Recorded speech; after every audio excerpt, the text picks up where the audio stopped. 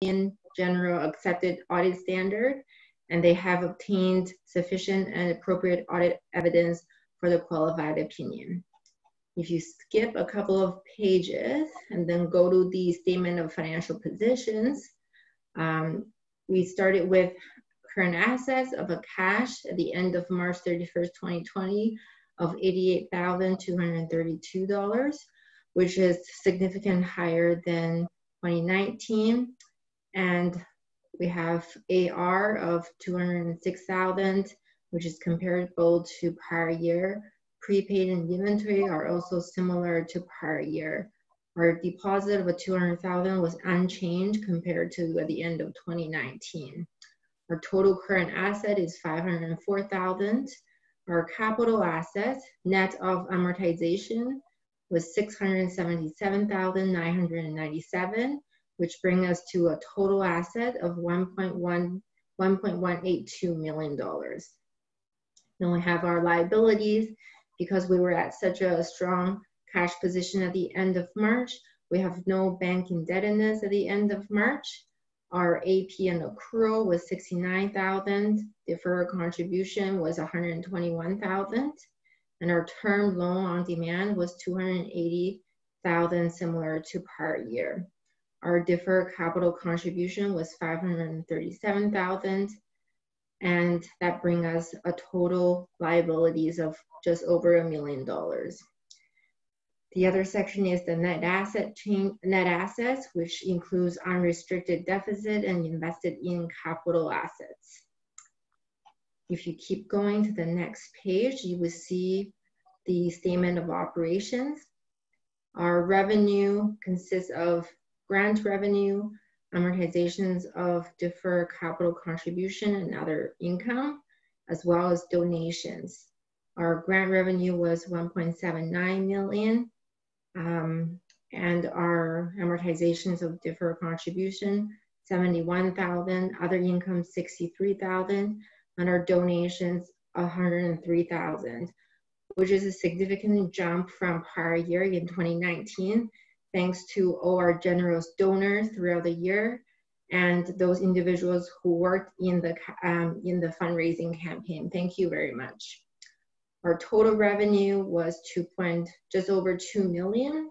And then we have various expenses such as admin, amortization, consulting, IT, insurance, interest, office, professional development, professional fees, program expenses, property tax, maintenance and repair, salaries, and utilities.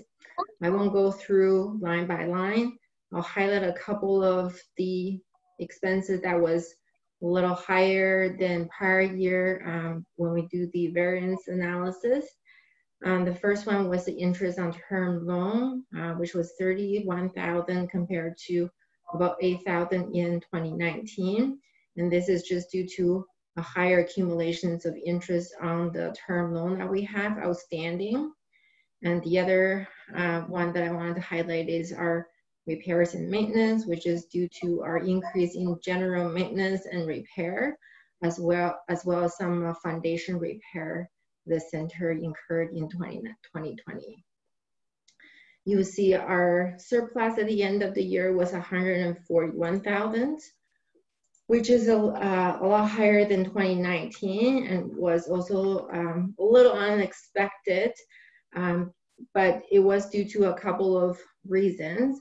First is being there were several staff vacancies that was in the 2020 year that was not fulfilled during the year, and then some changes in the programming and operations due to COVID-19, as well as we have such a successful fundraising campaign that was a little pleasantly surprised to all of us.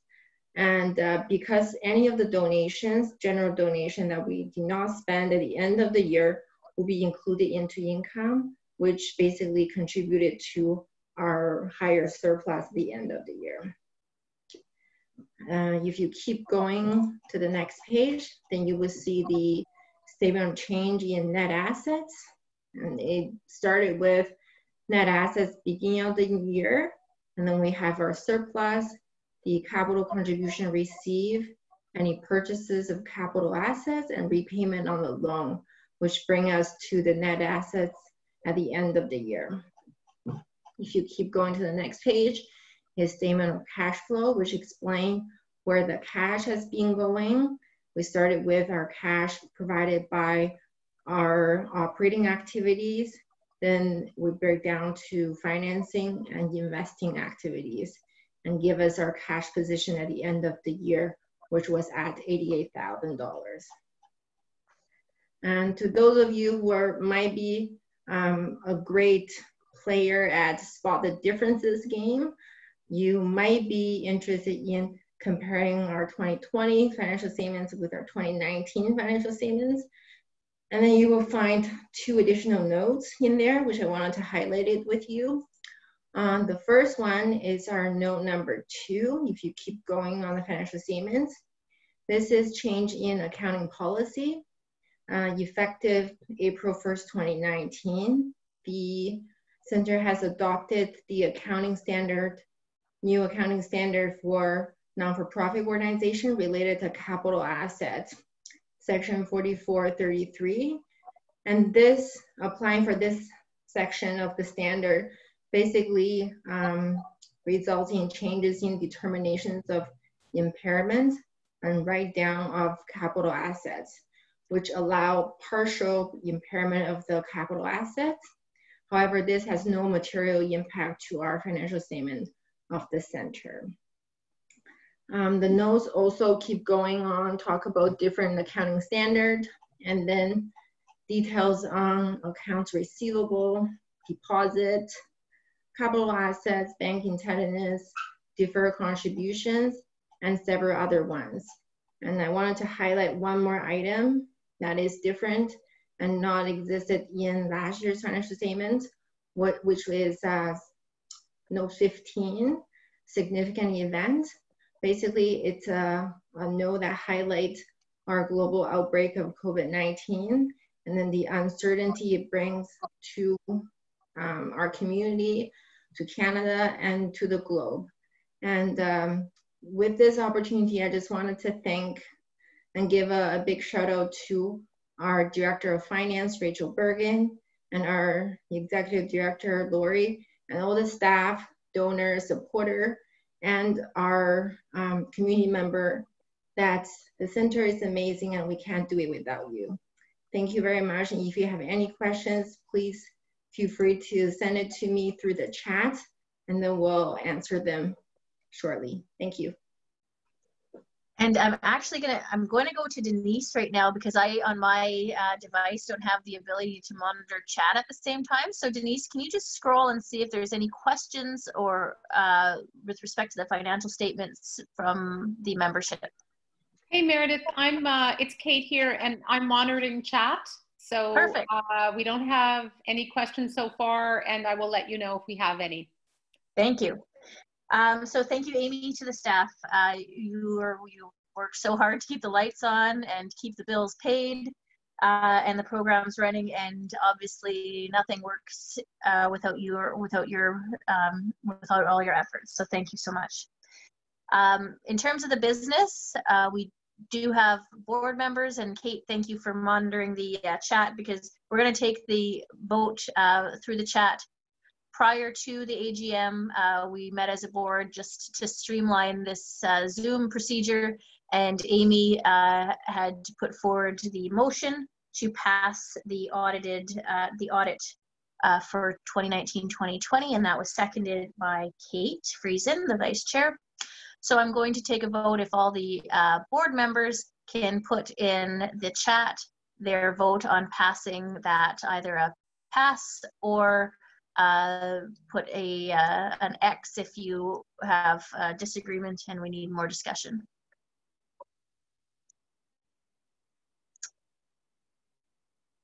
And Kate, you just let me know when we've got, I need at least, I guess, 4. Yes, we're good. We're good? Okay, thank you. So that is passed. Okay, motion is carried. Thank you everybody for your patience, and thank you again, Amy, for going through that with us. So I'm very excited to announce we have a strategic plan. We have it all completed and ready for us to get to work on it. I'm going to have Lori set the stage for that. Great, thanks Meredith. This is my first time speaking to you all, so just want to say welcome to everyone here. It's so great to see so many familiar faces. It feels like a really long time since I've seen some of you, but it's great to see you here, and thanks so much for joining us. So over the past year, the center has been engaged in a strategic planning process. Our previous 5-year strategic plan had expired, and so we undertook an evaluation of our work and of community need, as that's been changing over the last years. And we involved staff, board, and community in those conversations. And out of that, we're really pleased to announce that we have recently adopted a new strategic plan that will guide us for the coming years. As you all know, 2020 has been a bit of a tumultuous year for all of us here, and we know that even more change may be on the horizon. So we're really grateful to have this plan be in place to help guide us and to help us look at what change might look like for this center as we move forward and as we try to continue to change the way we work to respond to what's the most pressing need for community. So in our attempt to accomplish this work and to take a look at making sure that what we're doing is still relevant to community need, for the first time in 19 years, we revisited our vision and mission as an organization. And while it still spoke to the work that we do to some degree, we did feel like it was time to do some updating. And so today we're happy to unveil the new mission and vision for the West Central Women's Resource Center. So I'll ask if Denise can share that now with you.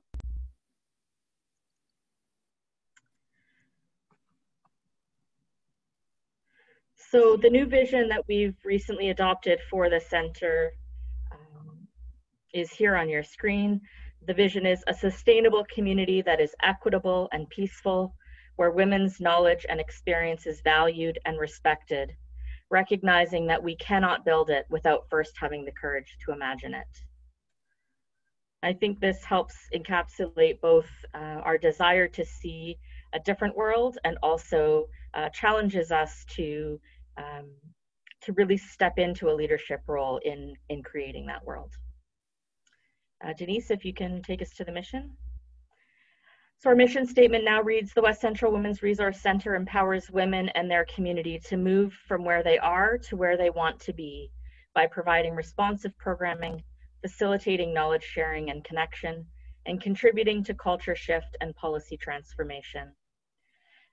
When we took a look at our work, we wanted to recognize all of the spheres that we're working in, both in supporting women and families directly in community, but also working in sharing our knowledge and learning from our community, in participating in the networks and community exchanges that we're a part of, and also to the work that we're doing to push and shift policy, both citywide, provincially, and nationally. So we're really looking forward to being able to continue to work alongside community and our community partners and hopefully make some progress towards this new vision. Thanks a lot. And I just want to have a moment to thank Lori as well for all of her hard work that she put into making sure that that mission and vision were properly put to the community and put to the staff and to everybody who uses the center to make it really true to the core values. So thanks, Lori. I'm actually going to send it right back to you as we're moving down the agenda and moving on to board acknowledgements. Great, thanks again. Okay, so I have the opportunity today to do some thank yous for our board members. And so recognizing again, we're in this strange new world and difficult context, we did have an opportunity to send out some thank yous to our board members. The annual theme this year is hope and strength. And I definitely am feeling that right now. And I'm very grateful for the hope and strength that our board members have brought to this organization. So it's my pleasure to acknowledge them. On behalf of the center, I want to express my gratitude and my sincere thanks for your providing ongoing guidance, to the organization and to me in particular. And for those of you who are with us for the last time, please know that you will be missed and that we are all thinking of you and wishing you well in whatever your next steps look like. So without further ado, please join me in thanking the following board members. Meredith Mitchell is our outgoing chair. Meredith has been in her role on the board for the past 6 years and serving as chair for the last few years. She's seen us through some really tumultuous times and has stuck with us through it all. So very grateful to have you, Meredith, and we're wishing you well as you move on to new things. One of our co-vice chairs, Carrie Fraser. Carrie is also leaving us after this meeting, and we're grateful for the 3.5 years that she's given us of her time and for sharing all your knowledge and wisdom with us. You will deeply be missed. Kate Friesen, our other co-vice chair. Kate's been with us for a few years now and is staying on, thankfully, and we're really grateful to have you stay with us, Kate. Your compassion is a very strong North Star for us. Heather Mitchell is our secretary currently, and she is also exiting the board after this meeting, sadly.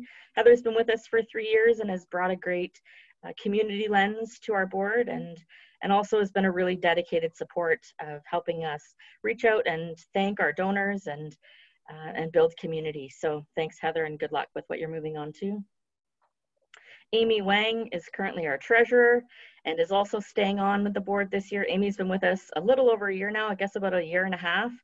And it's been great to have your knowledge join the board, Amy, and to provide some really great financial oversight. We're looking forward to continuing to work with you. Suzanne McPherson. Suzanne's been on the board for a number of years now, and we're grateful to have you continuing on and moving into an executive role. Looking forward to continue to have that continuity and the vision and guidance that you've brought to us. So thanks, Suzanne. Carrie Irvin Ross, I don't know, is Carrie on the line? I haven't seen her, so. Yes, Carrie but Ross. She's with her camera turned off, so we can't spell it. Great. Well, Carrie Irvin Ross, hopefully you're listening, has also been with us for a few years now and is continuing to stay on. You've brought some invaluable knowledge to our board, and we're really grateful to have you stay with us and looking forward to the years to come. And Shannon Krejci, who I don't think is with us today, left the board earlier this year. She was another strong community member who brought very rich knowledge to our board and some really unique experiences, and we're grateful for the time that she contributed to the center. I'm also really pleased to announce that we have 3 new board members joining our board effective today. And so I'm happy to introduce Nicole Berry. Nicole's joining us and joining our finance committee and jumping right into an executive role as our new treasurer. So very grateful to have you, Nicole. Raven, oh, there she is. Excellent. Raven's lending us some amazing legal expertise and joining our board today, and we're really excited for all that she has to teach and share with us. And Blandine, there you are, Blandine, an amazing community advocate, and so grateful to have you be bringing that lens to our board, Blandine, so welcome. Okay, I'm going to pass it back to Meredith to do some staff acknowledgements. So, and as an outgoing board member with all my other outgoing board members, if we have to do this next one by Zoom, I have voluntold us that we will do the deliveries next year so that the staff can sit and be present and put their feet up for the AGM. But let's move on to some staff acknowledgements. So thanks, Lori. I know myself, I'm going to really miss being part of this equation, so I'll still be kicking around as I don't live too far away. It's my great pleasure to acknowledge the staff at this point, ones that have passed the 3-year and 5-year marks working with the center. So the 3-year mark staff that we want to acknowledge. First, I'm going to start with Diana Jarzeb Perchak. Hello, Diana. And Diana is an administrative support to the center. Next we have Eden Friesen. Hello, Eden. And Eden is the mentorship and volunteer coordinator.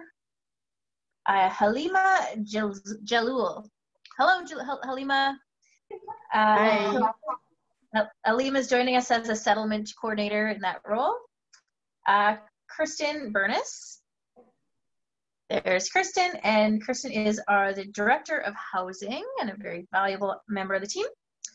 Denise has to put the mic on herself, and there she is, the Director of Communications, Fundraising, and also Zoom champion today. And Candice Abdillah. There's Candice. Oh my goodness, Candice has a sweetheart with her. And Candice is a drop-in coordinator. So thanks everybody for their 3 years of service. It's so wonderful to see you all today. Also, we want to acknowledge our 5 years of service markers. So Wendy Kissick. Hello, Wendy. Wendy is the child mining coordinator for 5 years now. It's been great to have her. And Erica Frey. Do we have Erica? We're looking for Erica. There's Erica. She's not here, sorry. Oh, okay. Well, Erica Frey is the Director of Settlement, and she's also been here for 5 years. So we want to acknowledge that in nonprofit world, staff turnover is a very typical event, but we are so grateful to have staff that have so much loyalty to this place and serve in terms as long as they have. So thank you, everybody, to the staff team. So if we can try this, we can try to unmute ourselves and join me in congratulating the board and the staff of West Central Women's Resource Center. Is that what we're doing? Can everybody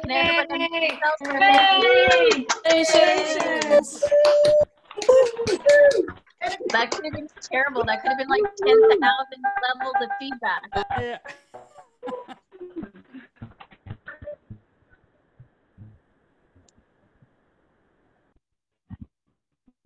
Sorry, you're muted, Meredith. Thank you for letting me know that. I would have gone on for ages. Okay, so at this point, I want to we're going to go back to Lady Di's story, so is Jolene on the line? Wonderful, Jolene, you're with us. So we're going to turn it to Jolene to introduce Lady Di. Hi, Tansei, Buju, Anin.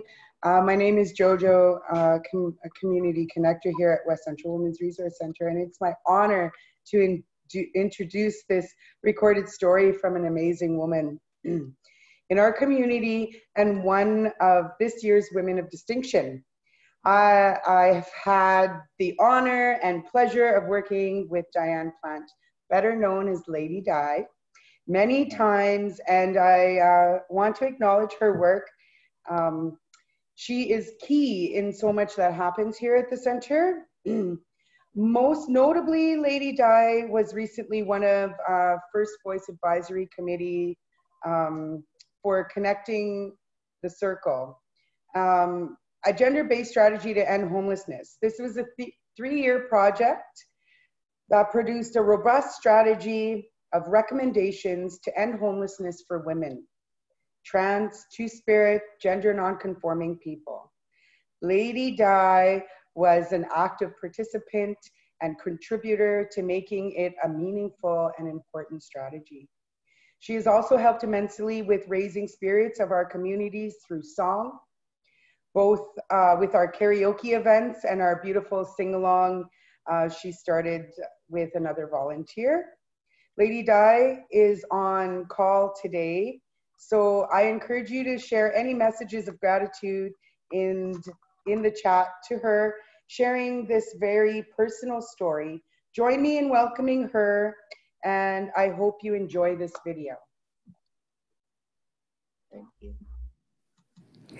Hello, my name is Diane Plant, and everybody knows me as Lady Di or Lady D. I'm originally from Edson, Alberta. I grew up on the streets of Vancouver, and I made my way here in 1999 on October 3rd through the train, and this is where my life restarted. So, yeah.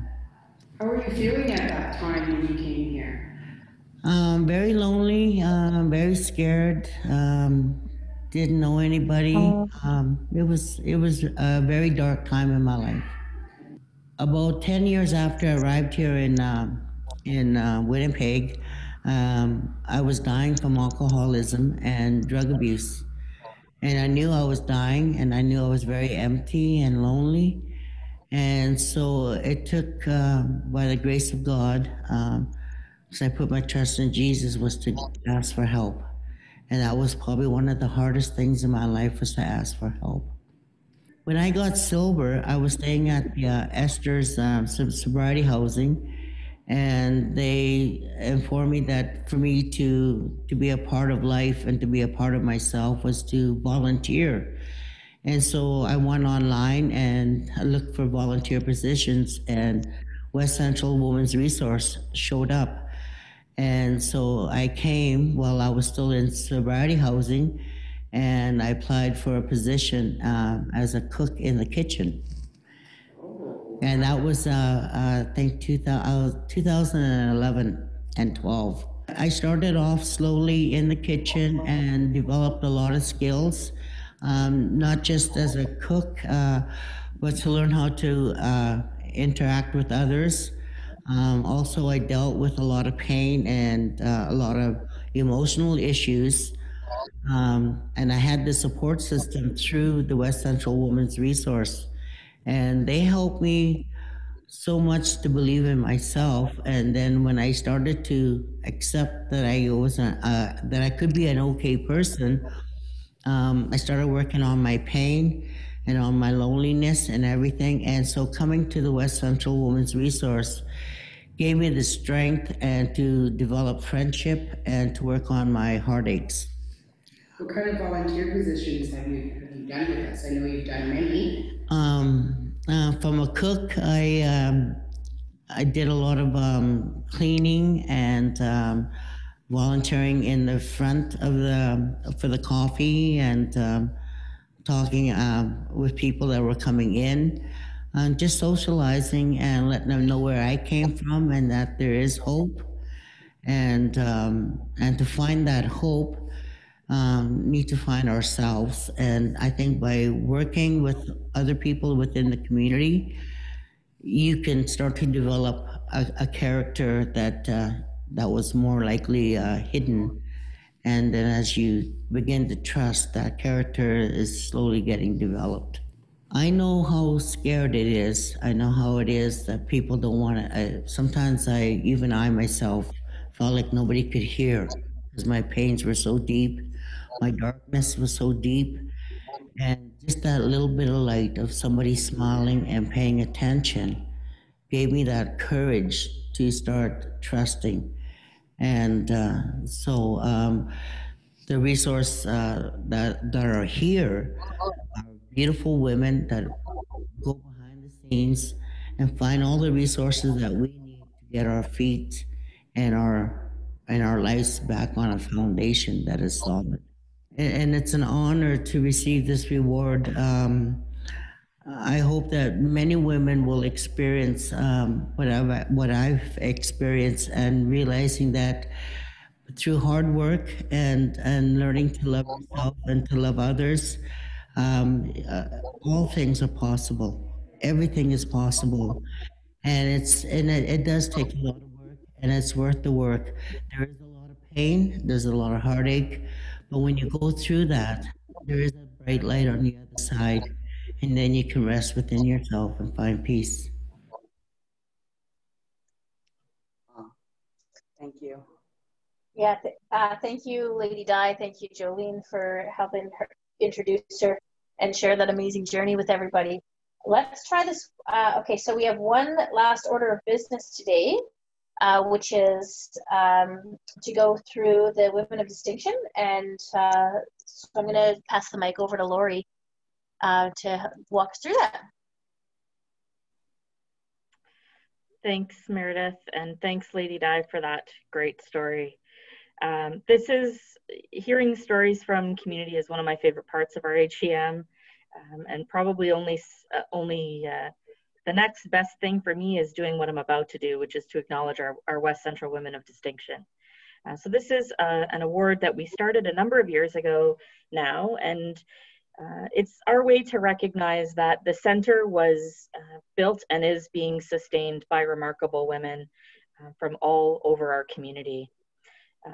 This is our way of honoring their contributions, and we recognize women who have gone above and beyond anyone's expectations in contributing and committing to the center and to the programs and services that we offer. So we try each year to honor women who have made unique contributions, and so I'm happy this year to be presenting the West Central Women of Distinction to 4 women in our community. First, I'd like to recognize Shelley Smith. Shelley Smith was previously a board member here at West Central Women's Resource Center. She served on the board for a number of years and was the chair as she left our board. And she joined the board at really an interesting time. We had just, our first and long-term executive director had just moved on, and she oversaw the transition of leadership here at the center. She was a very strong support and ally to me as an incoming first-time executive director. She had lots of experience having been the executive director at Rainbow Resource Center previously, and supported me in navigating this new role, and was a real strong mentor to me and to our entire community. So thank you, Shelley, for your contributions to West Central.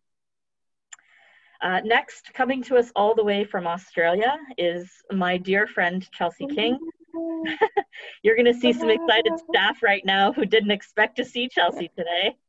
So Chelsea is a previous staff member. She joined the center as first in drop-in, a very brief stint, and then moved into her role as director of mentorship for a number of years.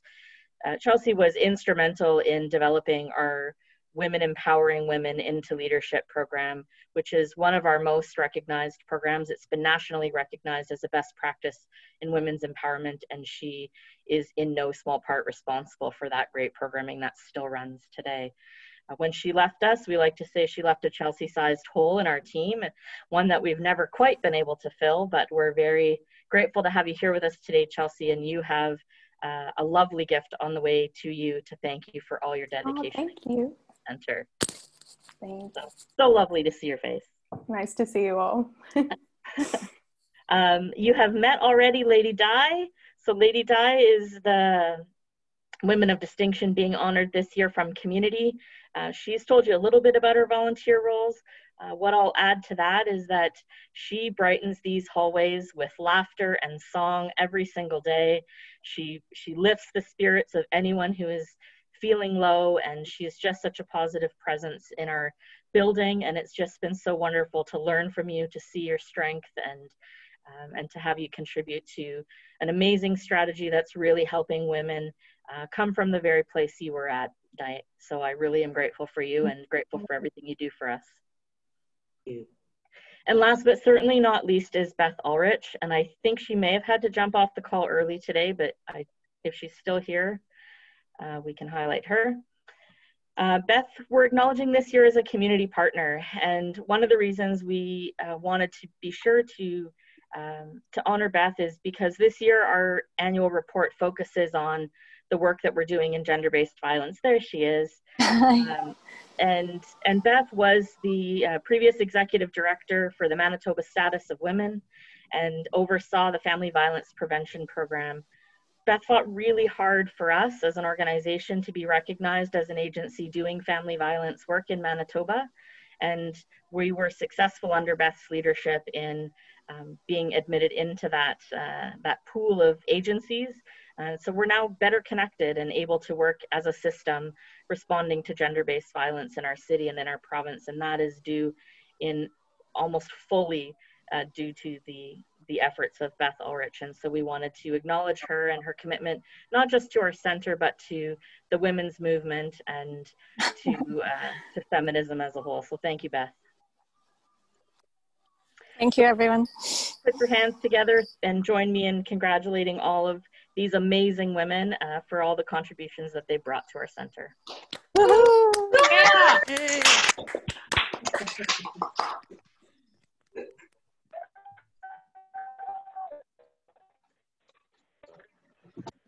Okay, so thank you, Lori, for walking us through that.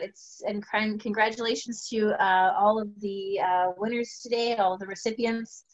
So we've reached the end of the agenda. I want to thank everybody for joining us today. I want to especially praise Denise McDonald and Kate Friesen, who are the tech wizards that got this Zoom AGM off the ground and running so smoothly. So thank you so much to them for supporting me today in doing this. And also, let's close the proceedings in the best way possible. Here's Dancing Spirit, our drum group, again, to play us out.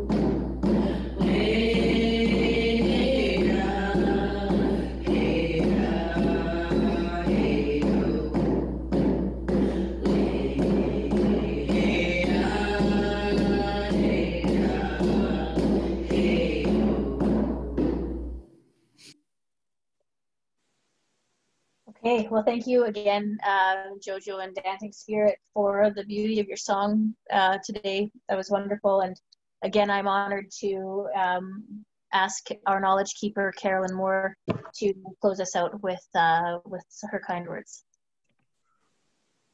Hi, she didn't have to move. She's my partner in most crimes, so. I'd like to finish off with acknowledging the fact that we're starting a whole new year. And the one thing that we didn't mention was the 7 teachings that walk in this hallway with all the staff. I mean, during this pandemic, is that how you say it? Sorry, yeah. Everyone. That's how you say it. That's how I say it. Just that they're here and they're working every day with bravery and love and respect for this community, and how much they honor and how much they should be honored for all the work they do here every day. I'm scared to leave my house half the time, and they're here every day with the community and facing what could be an illness. And I respect you all so much for that. So I'll close off with a prayer, and know that I love you all. Creator, so shawashko gishiko kwe wabanu nung dishnakas wawashkashi dudam. Creator, as we're asking the helpers to go home, and as we're going to leave in our different ways today, please know that this is such an important time, and that the love and the kindness that we share with each other, a smile every day to someone, is something that we have to do. Walk with us, keep us safe, and make our journeys as beautiful as possible. Poho miigwech, all my relations. Thank you, everyone. Thank you, Carolyn. And thanks to everybody who made the 2019-2020 year so successful and were able to cope with all of the struggles that everybody's under these days with COVID-19. As your outgoing board chair, thank you everybody for coming to this board meeting. Thank you, Kate, to whom I am passing the torch, and I wish you all the best. Bye, everybody, and have a great year.